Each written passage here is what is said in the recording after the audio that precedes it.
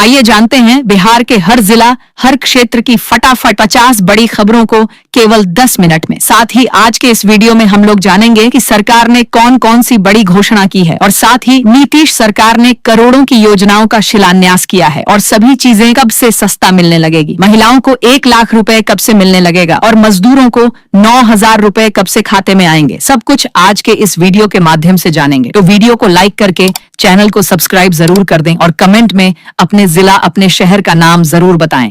मधुबनी के मधवापुर में पेट्रोल और डीजल की कमी को लेकर अफवाह फैलने से हड़कंप मच गया। पंपों पर लंबी कतारें लगीं और लोगों में घबराहट बढ़ी। प्रशासन ने तुरंत स्थिति संभाली और अधिकारियों ने साफ किया कि ईंधन की कोई कमी नहीं है और आपूर्ति पूरी तरह सामान्य है। साथ ही अफवाहों पर ध्यान न देने की अपील की। जेपी गंगापट मरीन ड्राइव आज बिहार की बदलती तस्वीर को दिखा रहा है और इसे देखने के लिए देश भर से लोग पहुंच रहे हैं। अब दीघा से कोयलवर और मुंगेर से भागलपुर तक करीब 125 किलोमीटर लंबा मरीन ड्राइव तेजी से बनाया जा रहा है। इसके पूरा होने के बाद पर्यटन को बढ़ावा मिलेगा और रोजगार के नए अवसर भी सामने आएंगे। बिहार के विकास को नई दिशा देने के लिए उप मुख्यमंत्री सम्राट चौधरी ने जहानाबाद में रोड मैप पेश किया। उन्होंने कहा कि केंद्र के सहयोग से राज्य जल्द ही विकसित राज्यों की कतार में शामिल होगा। मुख्यमंत्री नीतीश कुमार के नेतृत्व में तेजी से हो रहे विकास कार्यों पर भी उन्होंने प्रकाश डाला। मोकामा के जदयू विधायक अनंत सिंह ने बिहार की सियासत में नया मुद्दा छेड़ दिया है। उन्होंने साफ तौर पर कहा कि भविष्य में अगर नीतीश कुमार मुख्यमंत्री पद छोड़ते हैं तो निशांत कुमार इस जिम्मेदारी के लिए सबसे उपयुक्त हैं और उनमें एक अच्छे सीएम बनने की पूरी क्षमता मौजूद। मुजफ्फरपुर में मिठनपुरा से इमली चौक तक सड़कें नए रूप में तैयार होने जा रही हैं। इस मार्ग के चौड़ीकरण और मरम्मत का काम शुरू हो गया है। पथ निर्माण विभाग ने तकनीकी बोली प्रक्रिया पूरी कर ली है, जिसमें सिंह कंस्ट्रक्शन और सोना इंफ्राकनली को काम के लिए चुना गया। बिहार की सियासत में हलचल तेज होती नजर आ रही है, जहां सूत्रों के मुताबिक मुख्यमंत्री नीतीश कुमार 30 मार्च को विधान परिषद की सदस्यता से इस्तीफा दे सकते हैं। इस संभावित फैसले के साथ ही उनके मुख्यमंत्री पद छोड़ने को लेकर चर्चाएं भी जोर पकड़ने लगी हैं, जिससे राजनीतिक माहौल गर्मा गया है। बिहार के नवादा जिले के नवीन नगर मोहल्ले में अरविंद कुमार सिंह के घर में सिलेंडर लीकेज के कारण भीषण आग लग गई। आग इतनी तेज थी कि लाखों रुपए की संपत्ति जलकर खाक हो गई। घर में रखे गैस सिलेंडर से रिसाव होने की वजह से आग अचानक भड़क उठी और देखते ही देखते पूरे मकान में फैल गई। समीर शूटर मामले में बड़ा खुलासा हुआ है, जहां उसके मोबाइल से संवेदनशील स्थानों की फोटो, वीडियो और लोकेशन पाकिस्तानी एजेंसी को भेजने की बात सामने आई है। इस खुलासे के बाद सुरक्षा एजेंसियां सतर्क हो गई हैं और जांच जारी है। बिहार विद्यालय परीक्षा समिति ने डीएलएड एंट्रेंस एग्जाम 2026 के शेड्यूल की जानकारी दी है। परीक्षा अप्रैल के अंतिम सप्ताह या मई के पहले सप्ताह में होगी, जबकि नया सत्र जुलाई से शुरू होगा। समिति के अध्यक्ष आनंद किशोर ने बताया कि इस बार प्रवेश परीक्षा के लिए कुल 3,08,560 आवेदन आए थे और आवेदन की आखिरी तारीख 9 जनवरी थी।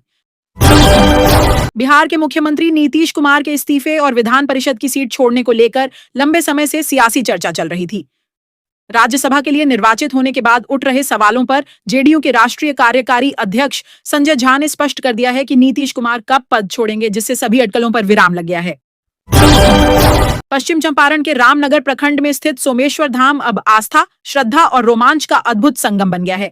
करीब 200 फीट ऊंची पहाड़ी की चोटी पर विराजमान मां कालिका का यह दिव्य स्थल श्रद्धालुओं के लिए विशेष आकर्षण का केंद्र बन गया है। चारों ओर से घिरे वाल्मीकि टाइगर रिजर्व के सघन वन इस धाम की रहस्यमयी आभा को और भी गहरा बनाते हैं। सुप्रीम कोर्ट ने बिहार के एक दहेज हत्या मामले में पटना हाई कोर्ट द्वारा दिए गए जमानत आदेश को रद्द कर दिया है।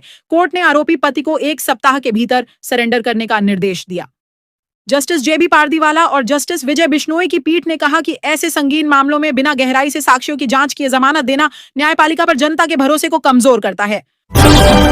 बिहार की सियासत में तनाव बढ़ता जा रहा है। राजद और हम पार्टी के बीच नया विवाद सामने आया है। केंद्रीय मंत्री जीतन राम मांझी के सलाहकार दानिश रिजवान ने राजद नेता तेजस्वी यादव और कांग्रेस अध्यक्ष मल्लिकार्जुन खड़गे पर गंभीर आरोप लगाए हैं। दानिश रिजवान ने इस मामले में तेजस्वी यादव के खिलाफ एफआईआर दर्ज करने की भी मांग की है। बिहार के मुख्यमंत्री नीतीश कुमार के इस्तीफे और विधान परिषद की सीट छोड़ने को लेकर लंबे समय से सियासी चर्चा चल रही थी। राज्यसभा के लिए निर्वाचित होने के बाद उठ रहे सवालों पर जेडीयू के राष्ट्रीय कार्यकारी अध्यक्ष संजय झा ने स्पष्ट कर दिया है कि नीतीश कुमार कब पद छोड़ेंगे, जिससे सभी अटकलों पर विराम लग गया है। दरभंगा में धान खरीद की तारीख 31 मार्च तक बढ़ा दी गई है और एफआरके की अनिवार्यता भी हटा ली गई है, लेकिन जमीनी हालात अब भी किसानों के पक्ष में नहीं है। एसएफसी के गोदाम भरे होने के कारण पैक्सों से चावल नहीं उठाया जा रहा, जिससे भुगतान अटका हुआ है और किसान मजबूर होकर अपनी उपज कम कीमत पर बेच रहे हैं। मुजफ्फरपुर में परिवहन विभाग की सख्ती के चलते वाहन टैक्स डिफॉल्टरों में हड़कंप मचा है। पिछले कुछ दिनों में कार्रवाई के डर से लगभग 40 लाख रुपए का राजस्व जमा हुआ है। जिले में कुल 2191 वाहन मालिकों पर 8.12 करोड़ रुपए बकाया थे, जिन्हें 25 मार्च तक टैक्स जमा करने की मोहलत दी गई थी।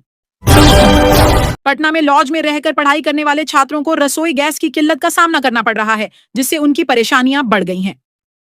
महेंद्रू, मुसल्लहपुर, गुलबी घाट और आसपास के कई इलाकों में रहने वाले छात्र इस समस्या से जूझ रहे हैं। हालात ऐसे हैं कि कुछ छात्रों को अपने सपनों को अधूरा छोड़कर घर लौटना पड़ा है, जबकि कई छात्र घर से सिलेंडर लेकर वापस आ रहे हैं। पटना समेत पूरे बिहार में रामनवमी इस बार आस्था के भव्य रूप में मनाई जा रही है। महावीर मंदिर में रात 2 बजे पट खुलते ही श्रद्धालुओं की भारी भीड़ उमड़ी और सुबह तक 1 किलोमीटर लंबी कतार जीपीओ गोलंबर तक पहुंच गई, जो लोगों के उत्साह को दिखाती है। बिहार की राजधानी पटना से हवाई यात्रियों के लिए बड़ी खुशखबरी है। 29 मार्च से 24 अक्टूबर तक लागू होने वाले समर शेड्यूल में नई उड़ानों की शुरुआत की जा रही है। पहली बार पटना से नवी मुंबई के लिए सीधी फ्लाइट सेवा शुरू होगी। इंडिगो द्वारा संचालित यह उड़ान नवी मुंबई से दोपहर 2:15 बजे पटना पहुंचेगी और 2:50 बजे वापस उड़ान भरेगी।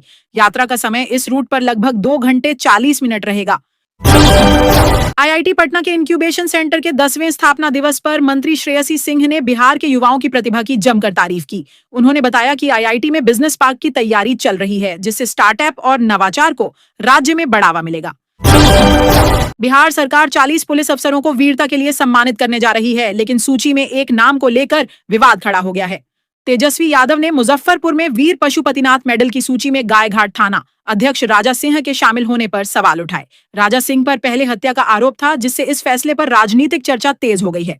क्षेत्र की जर्जर सड़कों को लेकर विधायक मनीष कुमार ने पथ निर्माण मंत्री दिलीप जायसवाल से मुलाकात की और निर्माण व चौड़ीकरण की मांग रखी। इस दौरान कई महत्वपूर्ण प्रस्तावों को मंजूरी भी मिली है। उम्मीद है कि जल्द ही सड़कों की स्थिति में सुधार होगा और आम लोगों को राहत मिलेगी। बिहार सरकार मनरेगा की परियोजनाओं में पारदर्शिता लाने के लिए सोशल ऑडिट कराने जा रही है। हर जिले में बनी सोशल ऑडिट सोसाइटी के माध्यम से ग्राम पंचायतों में किए गए विकास कार्यों की जांच होगी। इसके लिए लगभग 20 करोड़ रुपए खर्च किए जाएंगे, जिसका उद्देश्य आजीविका, सुरक्षा, टिकाऊ परिसंपत्तियों का निर्माण, जल संरक्षण, कृषि विकास और ग्रामीण बुनियादी ढांचे में पारदर्शिता सुनिश्चित करना। दरभंगा में रसोई गैस को लेकर स्थिति उलझी हुई नजर आ रही है, जहां किल्लत और लंबी बुकिंग अवधि की खबरों ने उपभोक्ताओं की परेशानी बढ़ा दी है।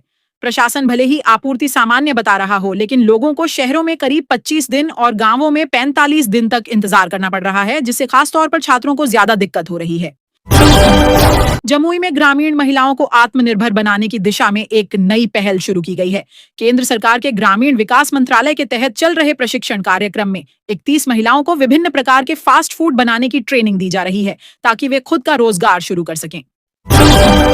बिहार में डिजिटल शासन का नया दौर शुरू हो गया है, जिससे नागरिक सेवाओं तक पहुंच आसान और तेज हो गई है। बिहार सरकार की बिहारोन परियोजना राज्य में ई गवर्नेंस को बढ़ावा दे रही है। यह एकीकृत डिजिटल प्लेटफॉर्म नागरिकों को घर बैठे सरकारी सेवाएं उपलब्ध कराता है, जिससे कार्यालयों के चक्कर और लंबी कतारें खत्म होंगी। बिहार की राजनीति में हलचल तेज है और निशांत कुमार लगातार सक्रिय नजर आ रहे हैं। उन्होंने पहले वरिष्ठ नेताओं से मुलाकात की और फिर मुख्यमंत्री आवास जाकर नीतीश कुमार से बंद कमरे में लंबी बातचीत की, जिससे सियासी चर्चाएं बढ़ गई हैं।